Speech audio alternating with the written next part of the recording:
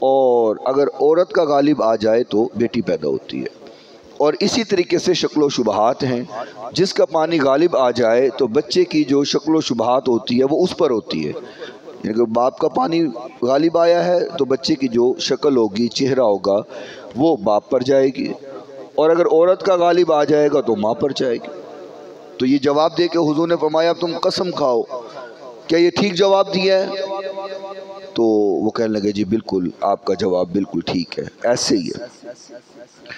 تیسرا سوال انہوں نے کیا کہ ہمارے تورات میں جو آخری نبی تشریف لے کے آنا تھے ان کی خاصیت کیا لکھی ہوئی ہے؟ چونکہ ان کو پتا تھا کہ حضور نبی کریم صلی اللہ علیہ وسلم نے تو تورات نہیں پڑھی ہے، تو انہوں نے سوال کیا کہ جو آخری نبی کی خاصیت ہے جو ہماری تورات میں لکھی ہوئی ہے، اگر وہ آپ ہیں تو بتائیں وہ کیا ہے، اور وہی لے کے آنے والا فرشتہ کون سا؟ تو حضور نبی کریم صلی اللہ علیہ وسلم نے فرمایا کہ تمہاری تورات میں یہ لکھا ہوا ہے میرے بارے میں کہ میں اگر سو بھی جاؤں تو میری صرف آنکھ سوتی ہے، میرا دل نہیں سوتا، دل جاگتا رہتا ہے۔ اور یہی وجہ ہے کہ ہم اگر سو جائیں تو ہمارا وضو ٹوٹ جاتا ہے۔ آپ اگر وضو کیا ہوا ہے تو ہم لیٹ کے سوئیں یا ٹیک لگا کے سوئیں، جس میں ہمارا جسم ریلیکس ہو جائے، ڈھیلا پڑ جائے، تو اس صورت میں وضو ٹوٹ جاتا ہے۔ لیکن اگر بندہ بیٹھا بیٹھا سوئے، اونگ آئی ہے یا وہ یوں جھٹکے لے رہا ہے تو پھر وضو نہیں ٹوٹتا۔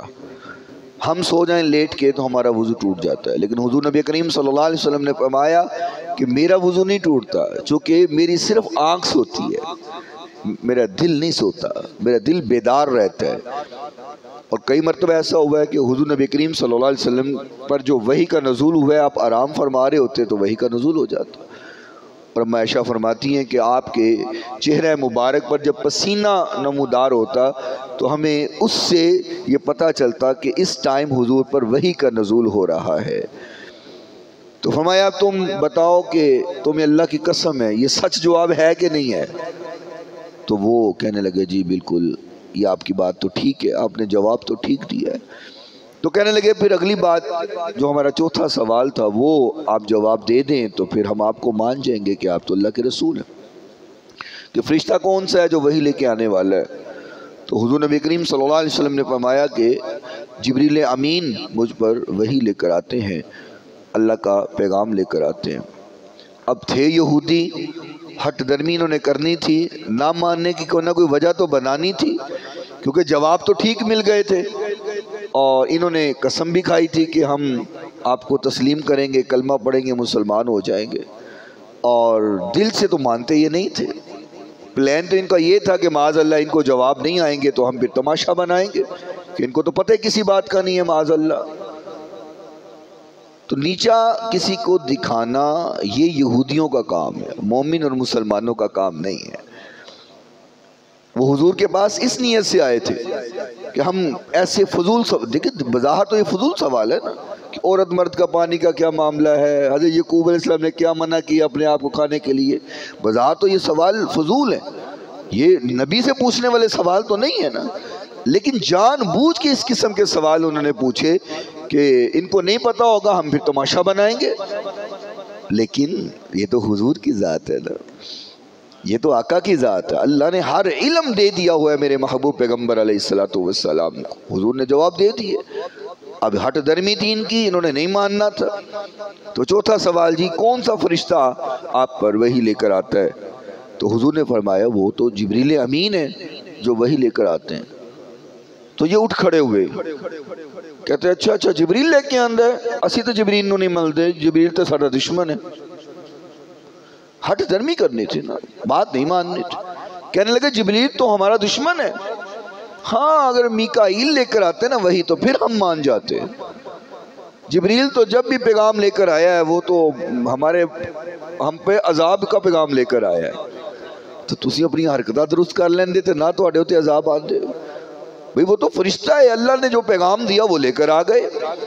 اب موسیٰ علیہ السلام پر جب جبریل امین آتے تھے تو ان کی جب حرکتوں کی وجہ سے وہ پیغام لے کر آتے تھے ان کی سزاؤں کے، یہودیوں کی، آپ پیچھے آیات میں سن چکے ہیں کہ جب وہ غلطی کرتے تھے پھر سزائیں آتی تھی۔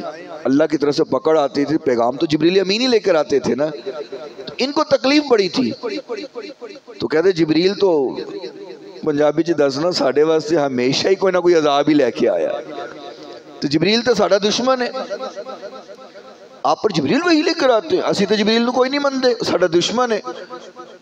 ہاں میکائیل اگر وہی لے کے آندے تے چونکہ وہ بارش دے فرشتے نے تے او تے ہمیشہ خوشخبریاں لے کے آندے نے، جب میکائیل آندے تے اسی من جاندے، جبریل تو ہمارا دشمن ہے، ہم جبریل کی بات کو نہیں مانتے، اور یہ اٹھ کے چلے گئے، کیونکہ نہیں ماننا تھا، وہ تو نیت ان کے پہلے ہی خراب تھی۔ تو ان کی اس حرکت پر اللہ تعالیٰ نے یہ آیہ مبارکہ نازل کی اور فرمایا کہ جو کوئی دشمن ہے جبریل کا، فَإِنَّهُ نَزَّلَهُ عَلَىٰ قَلْبِكَ بِإِذْنِ اللَّهِ، میرے محبوب جبریل نے تو آپ کے دل پر وہی نازل کیا، وہی لے کر آیا جو اللہ کا حکم تھا۔ جبریل امین اپنی مرضی تو نہیں کرتے نا، جو اللہ کا حکم تھا وہ لے کر آ گئے، اور حالانکہ جو لے کر آئے وہ تصدیق کرتا ہے جو ان کے پاس پہلے موجود ہے، یعنی کہ تورات۔